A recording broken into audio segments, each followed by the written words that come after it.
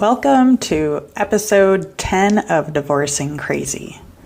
This one is called The Birth Story of Brady. It's 2008 and I'm pregnant with my son Brady. Towards the middle of my pregnancy, I managed to develop gestational diabetes, which is diabetes you only have when you're pregnant. I didn't even hear about this before. We tried a special diet with a dietitian and it did not work. So they put me on insulin, which is a really good time as well. Because of the gestational diabetes, and I think naturally he was just a bigger child, he was measuring off the charts. So he was huge. But other than that, it was a wonderful pregnancy and I loved being pregnant with him. One day when I was pregnant, we were walking through Target and we were in the patio furniture area, and just out of nowhere, all of a sudden I felt this gigantic shift inside my body. For literally, Brady flipped inside my belly. We found that out at the next appointment because I told the doctor that we were walking through Target and I felt like this crazy feeling, and I ended up sitting down on a patio swing for a while because it was so intense. And they confirmed, yeah, well, you felt him flip. And now he is breech. That turd had his foot in my cervix all day long. Flick, flick, flick, flick. Flick, flick, flick, flick. That's what a foot in a cervix feels like for those who've never had one.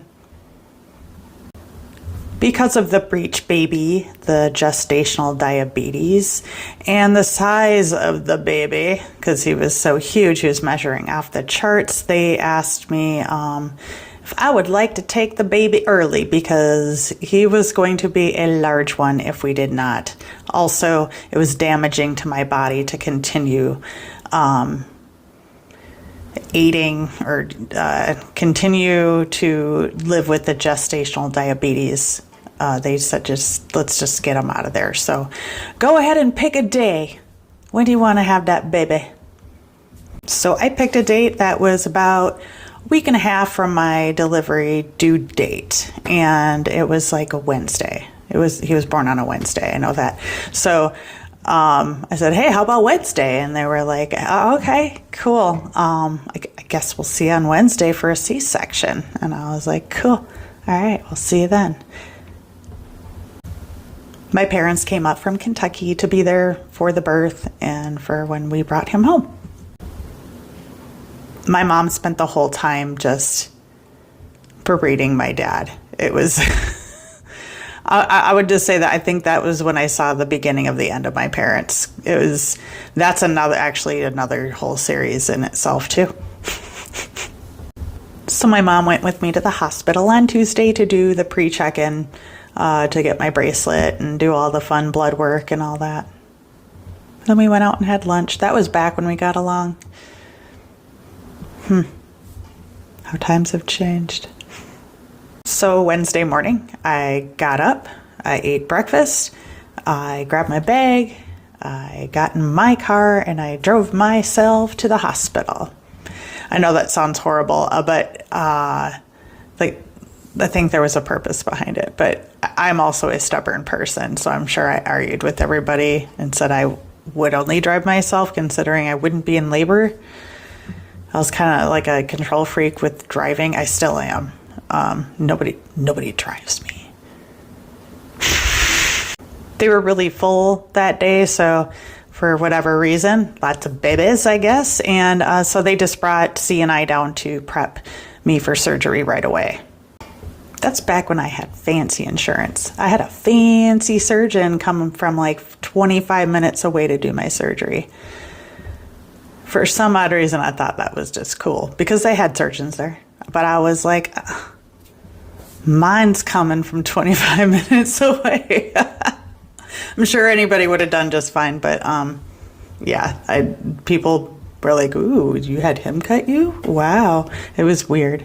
But there is some kind of like clout with that. And apparently the work he did was gorgeous. I got my local anesthesia and everything went well and Brady was born. And then they went to go stitch me all back up. They wheeled me back to my room on my back. So all I remember was like tile swishing. Tile after tile after tile. It was making me sick. I was not feeling good. I just remember seeing all the tiles and then we got into the elevator and all of a sudden I was in my room. God, I was so sick. I think I don't even know how long I puked. If I had to guess, I would say like 3 hours-ish. I felt like, maybe. So while I'm puking, the only person who is tending to me and catching my puke, because otherwise I think I would have been puking on the floor, because nobody was tending to me and my sick ass. They were all, all about the baby. They were all about Brady. They weren't even paying attention to me. I could have choked on my own vomit back there. And I don't think without my best friend, I don't know who would have taken care of me, because it wasn't anybody in that family. So, looking through photos, you notice things. And I did notice I have 0 pictures of me and my baby in the hospital. Like everybody's got that trademark signature. Maybe even like, I don't know. It was just kind of one of the, yes, we have a picture of us like when Brady was born right after the C-section, like with my sick ass head upside down and stuff. But what about my bed picture in the hospital room? How about any more pictures of me with my baby? Like nobody seemed to care about that at all. So yeah, I did notice I did take a picture of C in the hospital room with Brady, but yeah, there's none of me and Brady in the hospital room. But hey, I hope that C had a really good time hanging out in the cafeteria so much. There was something there that was so entertaining to him. He spent, I think, more time there than checking on me, being around me. It was like he liked being in a hospital and he'd rather explore like a child. Silver lining, you ask? Oh, there is one.